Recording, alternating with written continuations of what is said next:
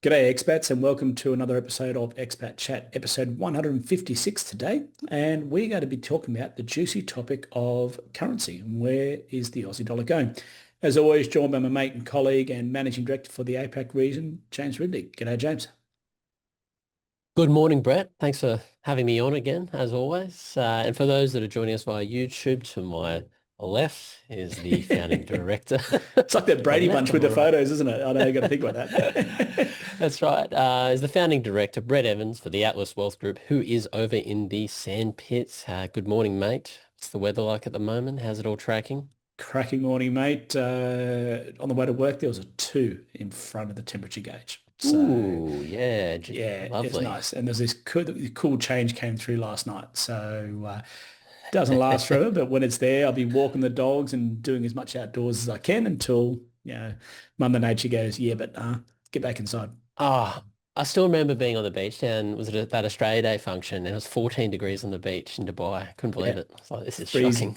Yeah, it was It cold. It was was. cold. I think it was like the apparent temperature was like 5 with the wind chill because that storm came through. But yeah, we can get cold. It's sort of like Oh, people yeah. ask, they say, what's a Dubai winter like? And the best way to describe it's like a Gold Coast winter. Yeah, Sort of teens at which is night, great. low to mid 20s during the day, but it can get cold. So I Yeah. remember the first year I was here, it snowed. So not in Dubai, not on the Burj Khalifa, but up on Jebel Jay, which is the highest mountain in the UAE. Yeah, it snowed, and then 2 people killed themselves trying to drive up to see the snow, and they didn't realize about black ice and all that sort of stuff. And yeah, Oh so my God, that's shocking. yeah, I know. That's So terrible. 150 nationalities live in the UAE, and not all of them have the smarts. Let's just say that. So they're great at what they do, probably, but when it comes to if you're from a tropical environment, you wouldn't know about black ice and all these other bits and pieces. And yeah, so No, yeah, be warned. no, very dangerous. Right, let's get the jingle out of the way. All the information we're going to share with the good folks today will be treated as informational and educational purposes only. Please do not construe this as personal advice. If you do need to get personal advice, speak to a specialist like Atlas. Absolutely, mate. And today we're talking about currency, the Australian dollar, the US dollar pairing, and where it's heading at the moment. It's certainly been topical, and I think when we've been talking with our clients, and I know personally when I've been talking with a lot of my clients on the movements of the US dollar, especially over the last 5 years, I think probably last year a lot of chief economists, as well as us, were probably saying it was going to get a lot stronger. But then you had all this uncertainty early in the year about obviously tariffs, the trade war, I guess you could call it, what that was going to do, I guess, to the currency pairing and I guess the US dollar in general, where it was going to weaken, where it was going to strengthen. Obviously, there's a lot of headwinds at the moment from a geopolitical aspect. But what we're seeing right now is it's the Australian dollar is heading up. It is I think the Aussie dollar, there's probably 3 things that drive the Aussie. Number one is it's a emerging market currency. So when your risk appetite increases and you want to chase yield, Aussie is one of those currencies that investors will select. Number two, commodities. We're a commodity country. Technically, we're a third world country. If you look at the geographical calculation or classification of when a country derives most of its exports from resources and all these sort of things. But yeah, the resource sector pretty much dictates most of the currency movements.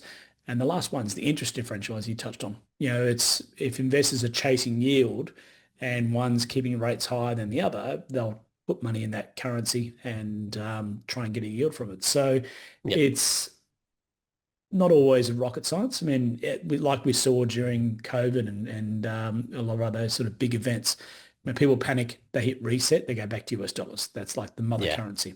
So, but at the moment, there's nothing to panic about, and people are enjoying the ride holding Aussie dollars. Yeah, absolutely. And you're right. I think what comes to mind right now is we've seen that over in the US, the Federal Reserve, Jerome Powell, US FOMC, they've been rather slow to cut any rates. And it was expected this year that there would be a bit of an aggressive rate run, but obviously they hit the pause button because of the tariffs being announced back in April and Jerome Powell being very sensible, going, well, I don't know what this is going to do to the US economy, so you've really, really tied my hands here to do nothing because we need to wait and see. So that's why we've only actually had one recent cut really in the US. And I think if we're trying to forecast what's going to happen for the next, call it 3 months as we finish out the year, I really believe we might only get one more in the US, which I think a lot of our listeners that might have a mortgage in the US are hoping for, obviously, 1 to 3 more cuts, to be honest. But I think realistically we might only get one because we're yet to really see the impact of those tariffs hitting, I suppose, the end consumer, hitting companies' balance sheets and financials. So I think it makes sense for them to take a bit of a slow approach. But if they're taking a slow approach, it also means that the US dollar isn't losing that much value either against the Australian dollar. It's holding value. If they cut rates a little bit more aggressively, it weakens the US dollar, sorry, and naturally the Australian dollar appreciates just organically through that. Um, if commodities remain where they are or increase in value, then that's a really good thing for the Australian dollar as well. We'll see appreciation there. So it's going to be interesting for the next, I'd say, 3 to 4 months. But I do think we could see the Australian dollar appreciate and start to climb towards 69 cents. And I think that's actually the important point is I think we might be assuming too much here. Just for the folks who are listening, Mm, they might not be mm. aware of what's actually happened with the dollar over the last bit of time period. So, everyone's Yep. sort of, sometimes you don't look at it always and think, oh, wow. So for the folks out there Yeah. right now, as I talk, we're sitting at 65.9. For Hmm. reference, we started the year off, it was 62.1. So Remarkable. it has been quite a big jump. It doesn't sound like a lot, but if you know, virtually 65.9 minus 62.1, divide that by 62.1, that'll give you a percentage gain. And it's Mm, quite a lot, in currency terms. But, to me, we've always said it as an investment thesis. Don't try and be a mug and bet because you might look at 62 cents and think it's expensive. Now it looks like it's a great price. 65.9 might look expensive. If it goes to 70, yeah. 65.9 looks like a great price. So Yeah. this is that great scenario of dollar cost averaging, taking emotion out of the equation because, when we go through and look at the scenario, the market is pricing in that your best mate JP is going to do further rate cuts. They're pricing that in. And, when you look at bank research, a lot of the banks are calling for more rate cuts.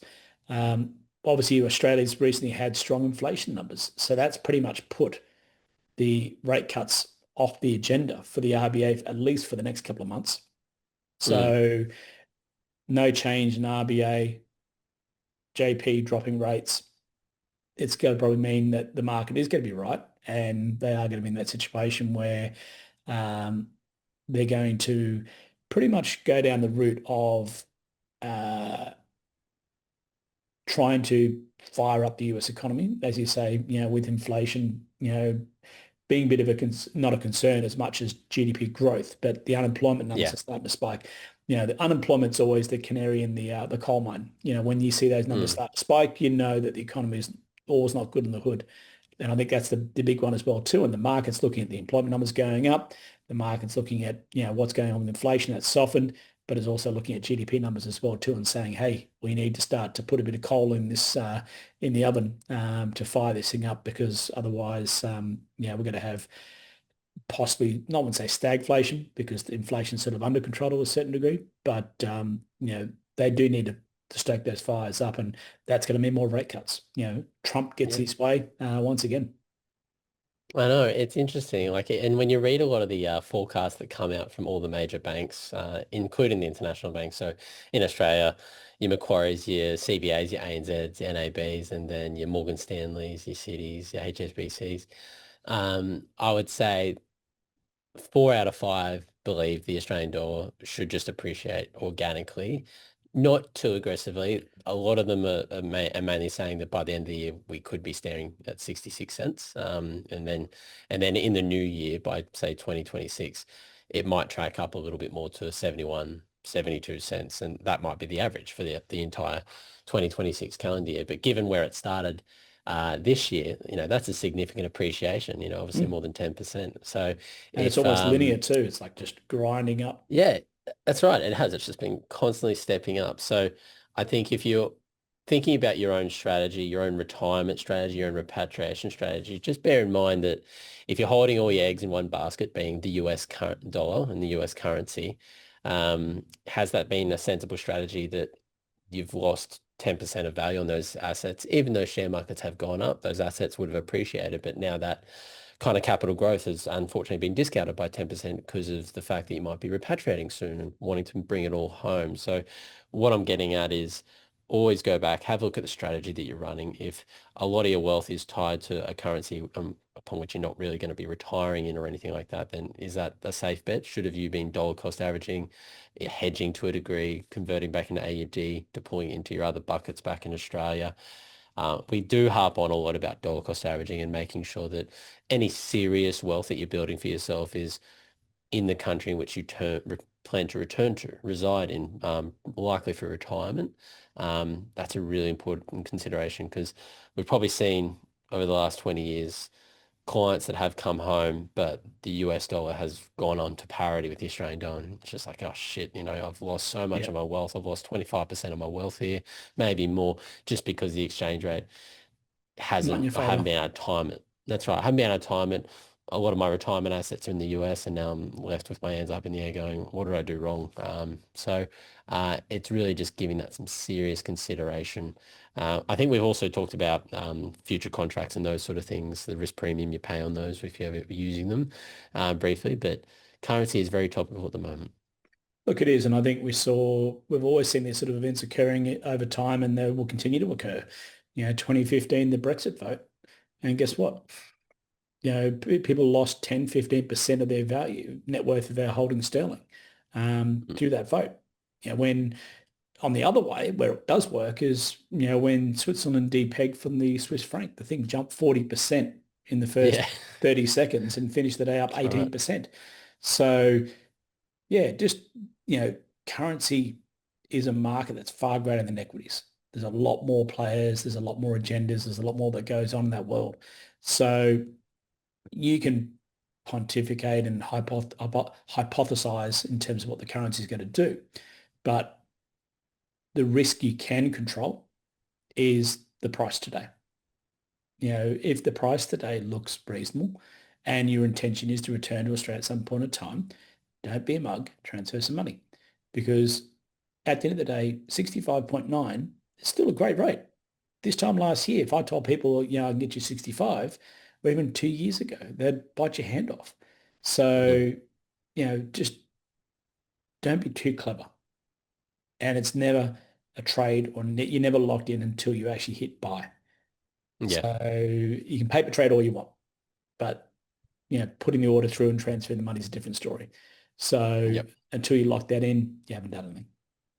Yeah, absolutely. And I think we're all guilty of anchoring towards some sort of price, whether it's Oh, a gotcha. currency, a Yeah. share price, Yeah. what we pay for a beer, milk, bread, Yep. groceries, Yep. coffee. When I'm having my morning coffee, I paid $7 this morning for an Iceland Black, Jeez. and I was just like, that's Sydney prices. Yeah, That's Dubai prices. What the hell's going on here? it So, is. Yeah.